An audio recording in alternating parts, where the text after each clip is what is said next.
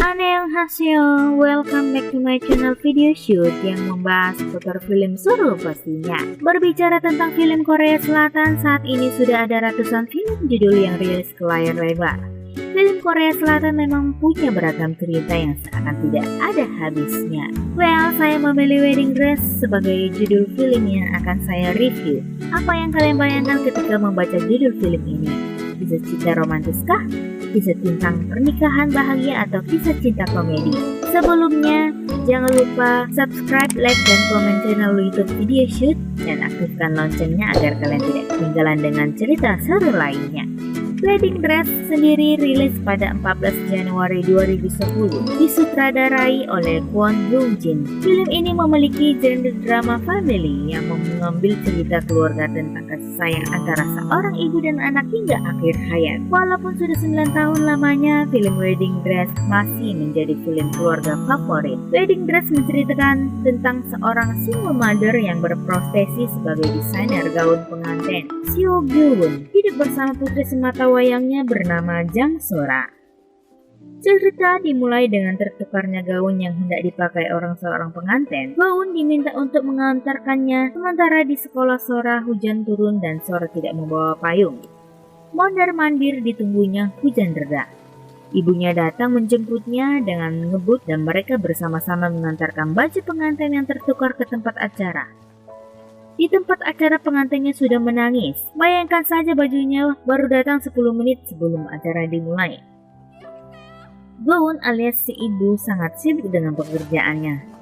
Sedangkan Sora selalu merasa kurang diperhatikan sehingga ia menjadi anak yang keras kepala dan kurang peduli pada orang-orang di sekitarnya.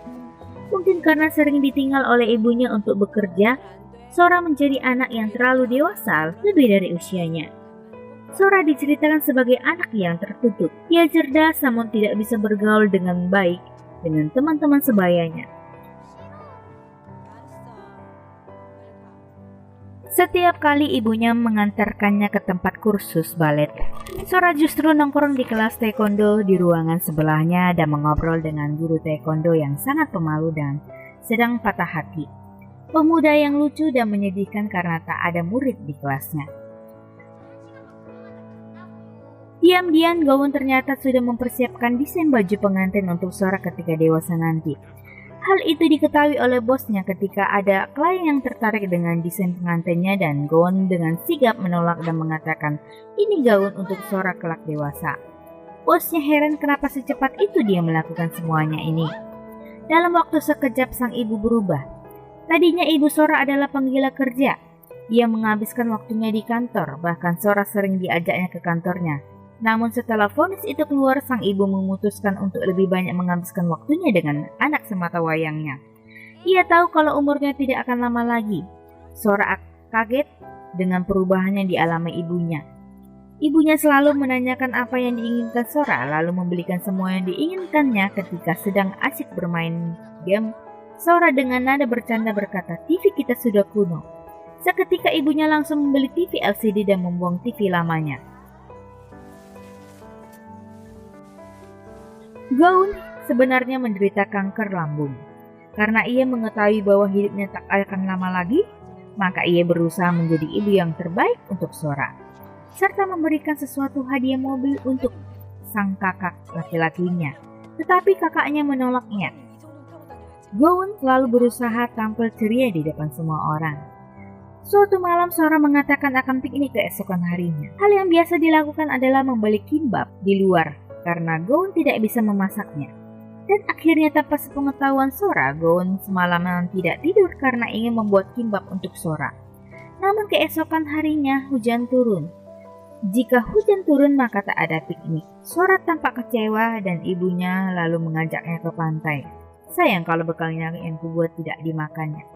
Lalu ibunya menelepon ke sekolah dan mengatakan bahwa nenek Sora ulang tahun. Dan akhirnya mereka berdua menikmati liburan ke pantai dengan bahagia. Sepulang piknik, mereka mampir ke rumah kakak Gaun untuk upacara peringatan kematian neneknya. Ketika tengah berdoa, Gaun jatuh pingsan. Lalu di rumah sakit barulah dokter mengatakan pada kakaknya bahwa Gaun menderita kanker. Gowon hanya tersenyum sedih, lantas itu membuat kakaknya sangat sedih dan melihat keadaan adiknya dan tersungkur menangis. Di sekolah Sora selalu menyendiri. Sora adalah pecinta kebersihan, terlalu bersih sehingga Sora tidak bisa berbagi makanan dan minuman dengan orang lain. Menurutnya itu adalah hal yang jorok, sehingga Gina yang dulu adalah teman dekat Sora jadi memusuhinya. Saat malam hari, ibunya pun mengarahkan Sora menghadap padanya dan berkata, "Kamu tidak boleh seperti ini. Siapa yang akan mau hidup denganmu jika kau seperti ini? Ibu tidak selamanya bisa ada di sisimu untuk menjagamu." Ibunya mengatakan ini dengan mata berkaca-kaca. Sora belum mengerti apa yang dikatakan ibunya. Dia mengatakan ingin hidup sendiri dan sudah terbiasa sendiri, dan bisa hidup tanpa bantuan ibunya yang membuat Gowon sangat terpukul. Lantaran Gold terlalu sibuk untuk pekerjaannya yang membuat Sora terbiasa dengan keadaannya. Ibunya menangis dan seketika Sora menyadari kesalahannya dan mengatakan ingin hidup bersama ibunya sampai dewasa. Dan itu juga membuat Gowon semakin terpukul lagi. Keesokan hari, ibunya datang ke kelas balet dan mendapat Sora tidak pernah hadir di kelas balet dan mendapati Sora berada di kelas taekwondo dan mengatakan kepada guru taekwondo ini adalah ulahnya yang menyebabkan Sora tidak mau mengikuti les.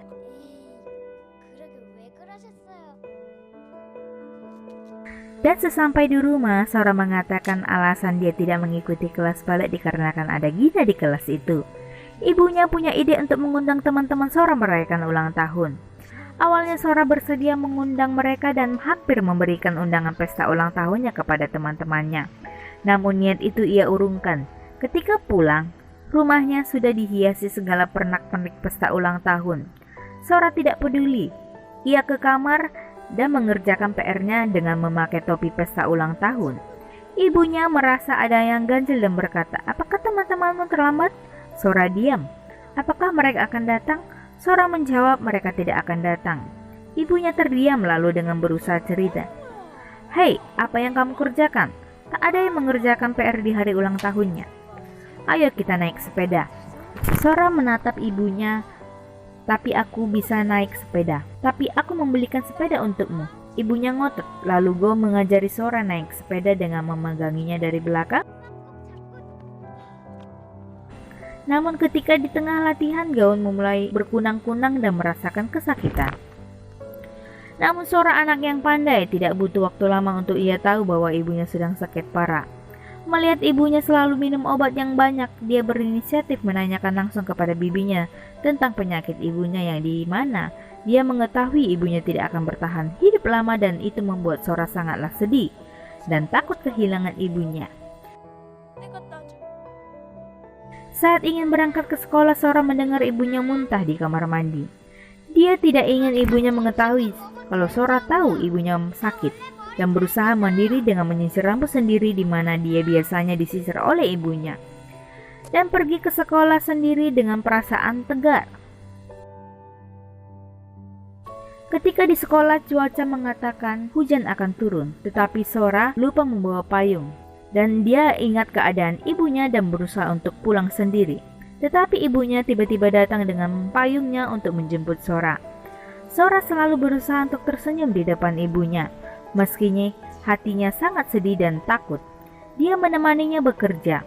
Sora bertanya mengapa dulu ibunya tidak mengenakan gaun pengantin ketika menikah dan meminta ibunya mencoba gaun pengantin yang dibuatnya.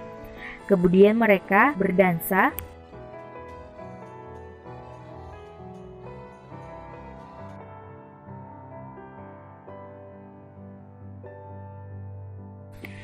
Gowon meminta izin bosnya untuk berhenti kerja dengan alasan akan pergi bertemu dengan ayah Sora. Sontak bosnya marah dikarenakan menahan kesedihan dengan apa yang terjadi dan baru mengetahui alasan Gowon mendesain gaun pengantin untuk Sora dewasa nanti. Dan bosnya berusaha membantu menyelesaikan gaun pengantin Sora dengan ekspresi menangis.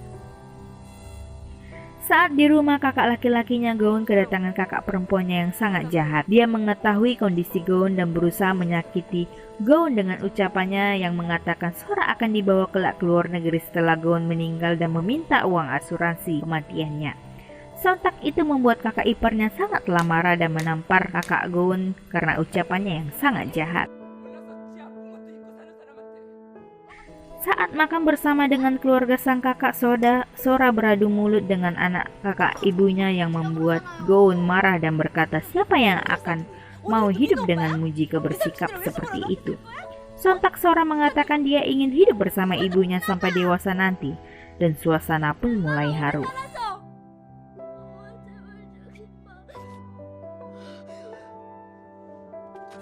Beberapa waktu kemudian ibunya dilarikan ke rumah sakit karena keadaan kritis dan dirawat di rumah sakit, dan perlahan penglihatan Go-eun pun berkurang.